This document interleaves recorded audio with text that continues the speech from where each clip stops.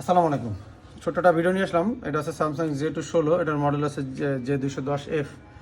তো এই ফোনটার হচ্ছে কি আমি আপনাদের দেখাই। এই ফোনটার হচ্ছে কোম্পানি এখন যে টাচ ডিসপ্লেগুলো দিচ্ছে আমাদের, এটা আমরা মনে করেন কাস্টমারের কাছে লাগাই দিছি। এটা ওই দোকান থেকে সে লাগাইছে, কাস্টমারও বেশি একটা সুবিধার না। তো 2 দিনের মাথায় এটা এমন হচ্ছে যে এখন এটার লক খুলতেছে না, টাচে কাজ করতেছে না।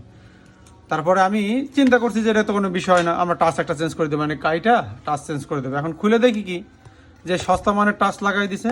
এই যে এটা গ্লাস, আর এটা তো যে প্লাস্টিক কোয়ালিটি আপনারা জানেন যারা করছেন। তো এই কোয়ালিটির সস্তা টাচ লাগাই দিছে।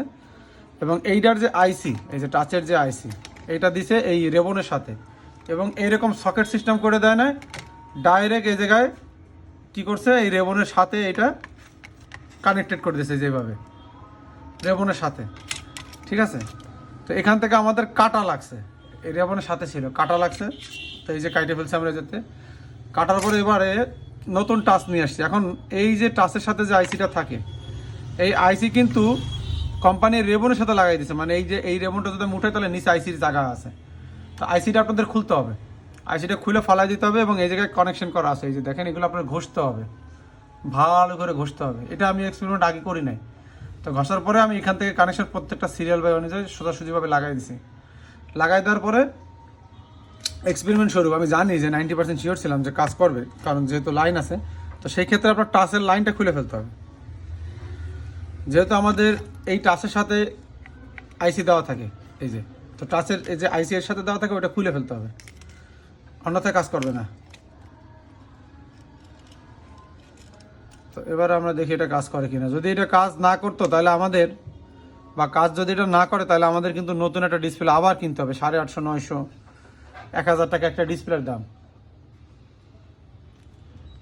তাহলে আমাদের এই ডিসপ্লেটা কিন্তু বাদ হয়ে যাবে শুধু এই টাচের জন্য। তো কোম্পানি এখন কিন্তু এই সস্তা করতে যেয়ে এমনভাবে করতেছে, আগে আমরা চাইলেই টাচ কাইটা আমরা একটা এরকম টাচ সার্কিট সিস্টেম ছিল, এটা লাগাই দিয়ে জাস্ট ক্লাম আটকাই দিলে হয়ে যেত। কিন্তু এখন কি করতেছে, এইটুক পুরা ওরা বাদ দিয়ে দিচ্ছে, বাদ দিয়ে জাস্ট এই র্যাবনটুক ডিসপ্লের সাথে কানেক্টেড করে দিচ্ছে।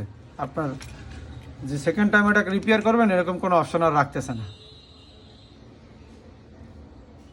তো নতুন টাচ ডিসপ্লে কেনার সময় আপনারা এই জিনিসটা দেখে নিতে পারেন, কারণ এটা কোয়ালিটি ভালো হয় না, আমি বুঝতে পারলাম। এই কোয়ালিটিটা নেওয়ার দরকার নেই আপনাদের, একটু ভালো কোয়ালিটিটা নিন, নাহলে তো ভোগান্তিতে করতে হবে। যাক, আলহামদুলিল্লাহ এটা কাজ করছে। কাজ যদি না করতো তাহলে তো আমার এখন নতুন ডিসপ্লেটা কিনে দিতে হতো তারে।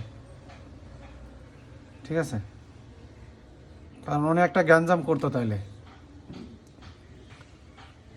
যাক, আল্লাহ বাঁচাইছে, মানে 800-900 টাকা আমার বাইচে গেল। আর অল্পের মধ্যে গেছে। টাচের দাম কত আপনারা তো জানেন, অল্পের মধ্যে গেছে। এবং সবচেয়ে বড় কথা, সেই টাচটা দীর্ঘদিন কাজ করবে, এই টাচটা ভালো। ওকে, সবাই ভালো থাকবেন। ছোট্ট একটা ভিডিও দিলাম, হয়তো আপনাদের উপকার হবে। আল্লাহ হাফেজ।